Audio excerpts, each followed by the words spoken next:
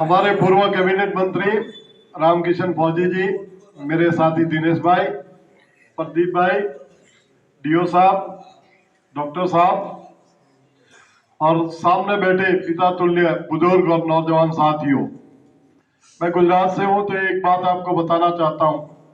नरेंद्र मोदी जी 2001 में डायरेक्ट पहली बार मुख्यमंत्री बने।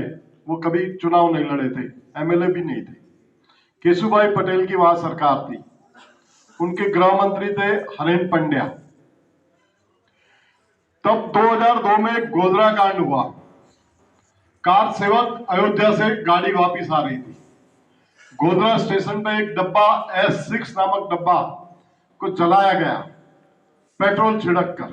किसने जलाया वो आज तक इंक्वायरी में बाहर नहीं निकला है। आज तक इतने सालों में वो डब्बा जलने के बाद पूरे गुजरात में हिंदू वर्सेस मुस्लिम, पूरे गुजरात को गृह युद्ध में इन्होंने डाल दिया। 4-5 हजार कत्ले हो गई। तब से मोदी साहब हिंदू हृदय सम्राट बन गए और कांग्रेस को ये थप्पा दिया कि ये मुसलमानों की पार्टी है, इनको बढ़ावा दे रही है। तब से गुजरात में कांग्रेस की हार होती रही, तो हम तो उसको हटा नहीं पाए। पर पूरे देश में हमको लगता था कि 5 साल के ज्यादा नहीं चला पाएगा, क्योंकि झूठ वाला आदमी है। ये कभी पढ़ा नहीं है, क्योंकि मेरे गांव से इसका गांव 20 किलोमीटर ही है। वो हमारे तहसील में, हमारी वहां के यूनिवर्सिटी कॉलेज में पढ़ने 10 तक पढ़ा है। उसके साथ पढ़ा हुआ कोई भी आदमी ये बोल दे कि ये डॉक्टर साहब की उम्र का है, तो डॉक्टर साहब बोल रहे हैं कि मैं किरण चौधरी के साथ पढ़ता था। तो इसके साथ कोई पढ़ा हुआ कोई आदमी ये नहीं बता सकता है कि मैं इसके क्लास में था, इसकी कॉलेज में था।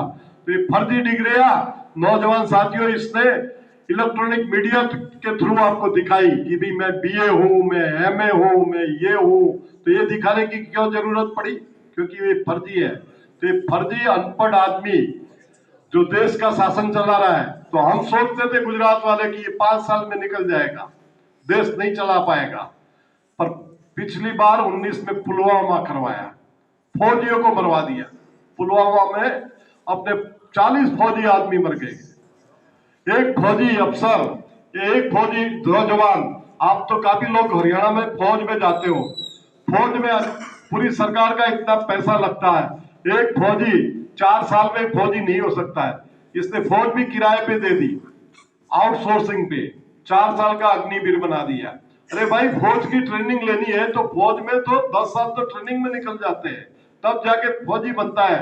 फौजी पंचमढ़ी में जाता है, भोपाल में जाके ट्रेनिंग लेता है, हरियाणा में ट्रेनिंग लेता है, कश्मीर में ट्रेनिंग लेता है, तब जाके उसकी 15 साल की नौकरी में वो पूरा कुछ सीख पाता है। अगर ग्रेनेडियर होगा तो ग्रेनेड में जाएगा, सिखलाई में होता, लाइट इन्फेंट्री में होगा तो इन्फेंट्री में उसका सीखना पड़ेगा।